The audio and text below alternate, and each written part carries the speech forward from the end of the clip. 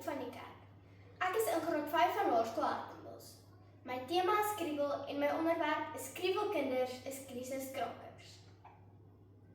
Natuurlik is ek woelig.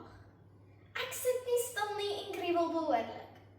Dit is 2026 mense. Die nuwe Minecraft film word vrygestel. Die nuwe weergawe van Beter en Borsveldjie kom uit. En naslag beoog om vroeg vanjaar die Artemis 2 met ruimtevaarders om die maan te stuur. Ek poog natuurlik om my 6-jarige broer saam te stuur. Voorsitter, ek kriebel nie omrede ek stout of verveeld is nie. Ek kriebel want die wêreld is te stadig. Vandag bewys ek. Kriebelkinders is krisiskrakers. Dames en here, krisis nommer 1. Die wêreld het genoeg standbeelde. Stilhande se planne is ook in dooieris. Vat hy byvoorbeeld in die kerk. Ek hoor elke Sondag. Sit stil, asof stil sit probleme oplos.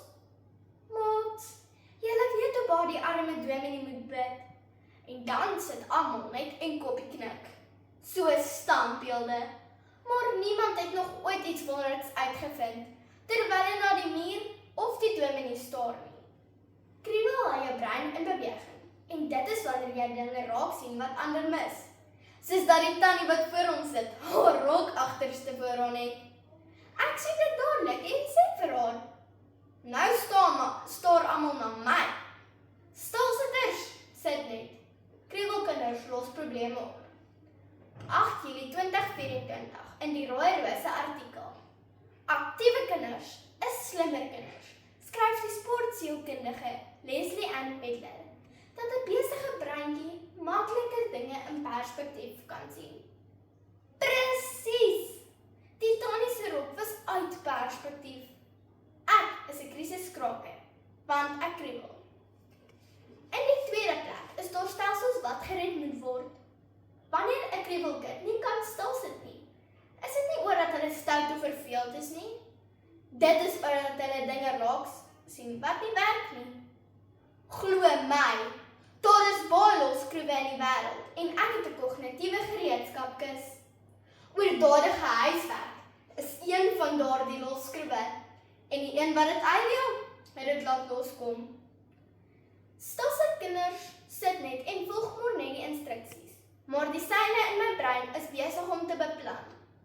Ek hou die onie dis so besig, sy vergeet van die huiswerk.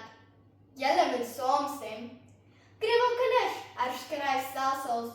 Dis hoe vordering plaasvind. Op 5 November 2025 plaas die wolkskool.co.za die stuk. Wie het gesê jy moet binne die lyne inkleer? Chanel Badenhorst, 'n opvoedkundige sê, om te verwag almal moet binne die grense bly. Gaan ons verbeelding om bande lê. Ek het geleer hoe mens werk om bande te lê. Krisis opgekriebel. Laastens, dames en here, is energie 'n kragbron. Is dit nie vreemd nie? Mamma maan my om rustig te raak, terwyl sy koffie uit 'n beker so groot soos my kop drink. Alla wêreld!